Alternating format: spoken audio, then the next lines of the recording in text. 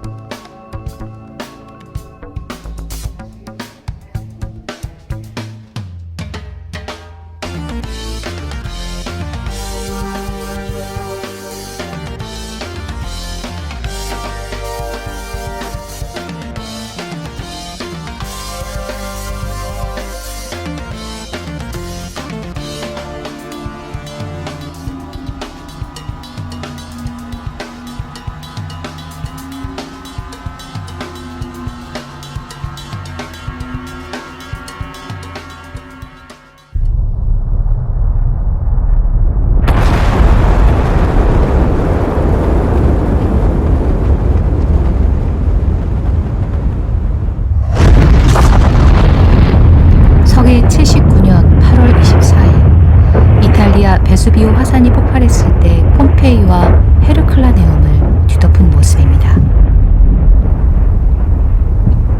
화산이 폭발하기 시작한 베수비오 산에서 용암이 허공으로 솟구치며 붉은색과 주황색으로 하늘이 물들고 화산재 구름이 파도처럼 밀려오고 있습니다. 모두가 세상이 끝났다고 생각했습니다. 장엄한 구름, 불길한 굉음, 황량한 어둠, 베수비오산이 폭발하기 시작했을 때 나폴리만 주변 사람들이 공포에 떨기 시작했고 많은 사람들이 죽음을 두려워하여 도피했습니다. 17세기 말에서 19세기 말에 이르기까지 거의 계속 활화산 상태였던 베수비오산. 당시 유럽 귀족 자제의 필수 견문 여행인 그랜드 투어 일환으로 베수비오를 거쳐간 여러 예술가는 자신이 직접 목격했는지 여부와 무관하게 화산이 분출하는 모습을 화폭에 담아냈습니다. 좌측 멀리 헤르클라네움이 용암에 덮여 있고 폼페이의 원형 대극장이나 로마 시대의 공공건물 바실리카 같은 건축물을 알아볼 수 있을 정도로 구체적으로 묘사되어 있습니다. 용암의 빛은 전체 풍경을 선명한 붉은색으로 물들입니다. 하늘은 화산재 구름에 의해 경련을 일으키고 번개에 의해 갈기갈기 찢겨집니다.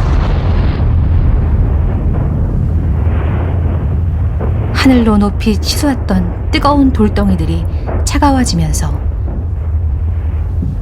더 단단해지더니 폼페이로 떨어지기 시작했습니다. 시속 200km의 속도로 떨어지는 돌덩이들은 어마어마한 충격을 가져다 준 것입니다. 그날 불던 바람은 화산 쇠설물을 모두 폼페이 쪽으로 밀어버렸습니다. 폼페이 전체가 순식간에 폐허가 되면서 2천여 명의 사망자가 발생한 화산 분출. 참사가 일어난 곳은 나폴리만 연안. 당시 이 일대의 별장을 소유하는 것이 신분의 상징처럼 여겨지던 시대라 수도 로마에 살던 유력자들 대부분이 이 지역의 별장을 가지고 있었다고 해요. 황제 티투스는 대책 본부를 현지에 설치하고 자신이 직접 재난을 진두지휘했습니다. 희생자 대부분이 유독성 화산가스 등에 질식사했다고 합니다. 베수비오 화산의 위력이 태평양 전쟁 당시 일본 히로시마에 투하된 원자폭탄 수준이었다고 영국의 일간 가디언지가 밝혔다고 해요. 도망가는 생존자들이 마른 땅을 얻기 위해 발버둥 칩니다. 10,000명도 넘게 수용할 수 있는 원형 경기장, 시청, 체육관 등의 공공건물과 카페 거리와 공중목욕탕 등의 시설도 제대로 갖추어져 있었던 폼페이. 그림 전면 탈출하는 사람들의 긴박한 상황을 보겠습니다.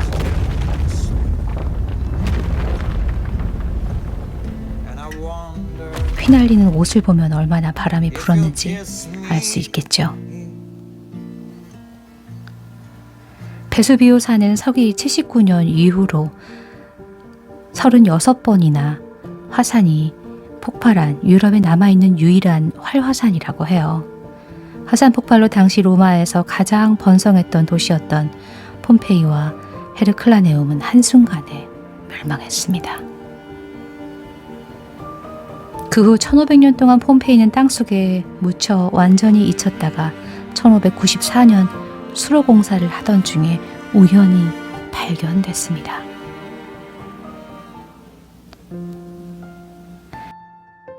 이 그림은 1822년 런던 피카딜리의 이집트 홀에 전시되었습니다. 존 마틴 작품. 비평가들은 선정적인 오락으로 보는 경향이 있었다고 해요. 그렇지만 대중들의 열광으로 존 마틴은 큰 명성을 얻게 되었습니다. 1928년 홍수로 템즈강이 범람했을 때 이 그림은 지하 창고에 있었습니다.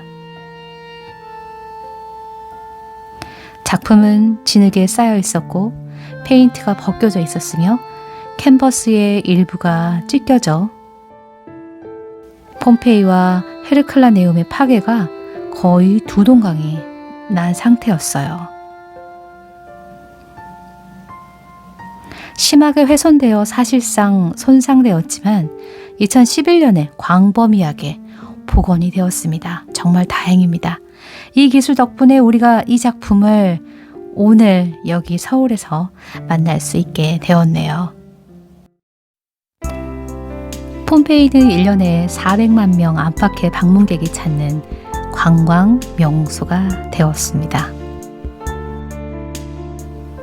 고통도 영원하지는 않습니다. 사라졌던 도시가 이렇게 사랑받는 곳이 된 것을 보면요.